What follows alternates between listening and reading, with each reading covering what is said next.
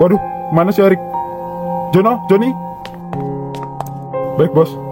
Kemana perginya si Arik? Waduh, tadi ada di sini bos. Dia ngecek cewek itu.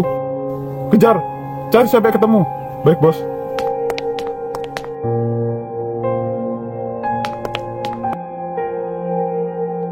Coba lu cari di ruang bawah, biar gue cari di atas. Oke. Duh, gimana ini ya? Takut ketahuan gue kalau kita masuk ke rumah ini. Bisa ditembak mati kita. Kalau mereka tahu kita di sini. Duh, gimana ya? Jadi takut gue. Udah, tenang aja. Diem deh. Kayaknya dia ngarah ke sini. Iya anjir. Sini.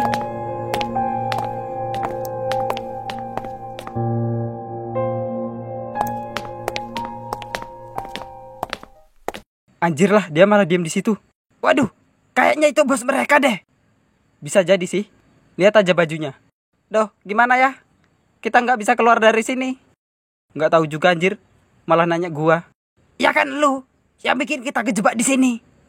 Pokoknya kalau kita ditembak mati, lu yang nanggung dosa kita. Enak banget anjir. Dosa gua aja udah banyak, tambah dosa kalian. Ya kan karena lu kita kejebak di sini. Loh. Kok gua? Kan kalian yang mau ikut. Udah lah woi. Di situasi genting gini kalian malah berantem. Gitu yang mulai duluan. Gimana? Waduh, dia nggak ada di ruang bawah bos. Di atas juga nggak ada. Tadi gue udah cek, fix. Dia udah keluar dari rumah ini bos. Ya udah, ayo kejar. Ayolah, sebelum dia jauh. Tuh kan, mobilnya aja nggak ada. Ya udah, ayo kejar. Ayo. Sebenarnya, ada apa dengan Johan? Bisa-bisanya dia bawa kabur mangsa si bos. Kayaknya, dia mau menikmati perempuan itu duluan deh bos. Enggak. Ini pasti ada hubungan antara mereka berdua. Mungkin mantannya bos. Gua mikirnya juga gitu sih. Tapi, ngapain dia nyulik mantan? Mungkin dia masih sayang bos. Mungkin juga sih. Bos. Kayaknya itu tadi mobil Johan deh bos. Masa sih? Iya bos.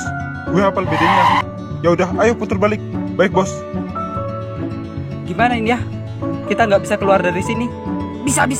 Pelan-pelan aja. Itu kan ada tembok. Nah, kita nyelinap aja dari situ. Tapi lu yakin, Gi? Coba aja dulu. Kalau ketahuan, ya lari lah. Ya udah deh, ayo.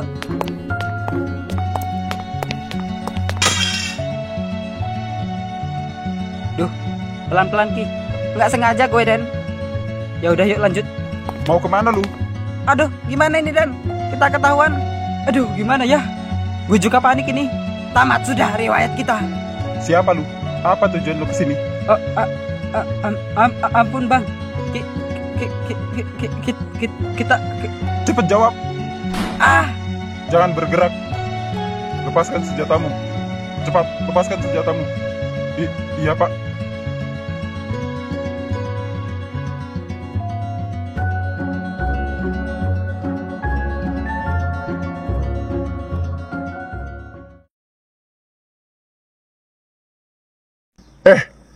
Lu apain kemarin istri gua di dalam mobil? Enggak bang, kita enggak ngapa-ngapain. Bohong, sumpah bang. Beneran, kita enggak ngapa-ngapain. Lu jangan jadi pengkhianat. Mentang-mentang kita satu pekerjaan, lu mau membuat juga istri gua. Tapi serius kok bang, kita enggak apa-apain istri lu. Terus, kenapa baju dia ada di dalam mobil lu? Itu, si Joni yang ngelepas bang.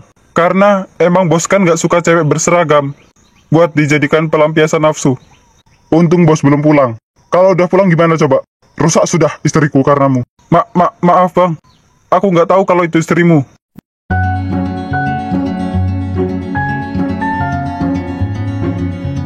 Makasih ya. Berkat kalian, ibu selamat. Sebenarnya, ibu ada hubungan apa sama perampok itu? Belak-belakan aja bu sama kita. Iya bu, kita bisa kok nyimpen rahasia. Denny, sebenarnya salah satu anggota perampok itu mantan suami ibu. Hah? Gimana ceritanya? Kok bisa sih? Jadi gini Denny, dulu ibu hidup bahagia sama suami ibu di suatu kontrakan. Ibu adalah seorang guru honorer dan suami ibu cuma seorang kuli panggul. Kami hidup berkecukupan. Ya, yang penting bisa hidup bersama. Itu sudah membuat ibu bahagia. Tetapi, ketika ibu mengandung seorang bayi, ibu berhenti dan tidak bisa mengajar menjadi guru honorer untuk sementara. Di saat itu juga, suami ibu menjadi peran utama dalam mencari nafkah. Tetapi, gaji suami ibu sangat kecil. Setiap hari, kami kekurangan bahan pangan. Bahkan, berkali-kali kami pindah kontrakan karena tidak mampu untuk membayarnya. Suami ibu tidak menyerah. Dia pergi keluar kota dengan tujuan mencari pekerjaan. Sampai di sana, ia tak kunjung menemukan pekerjaan karena keterbatasan pendidikan yang membuatnya sulit untuk mencari pekerjaan.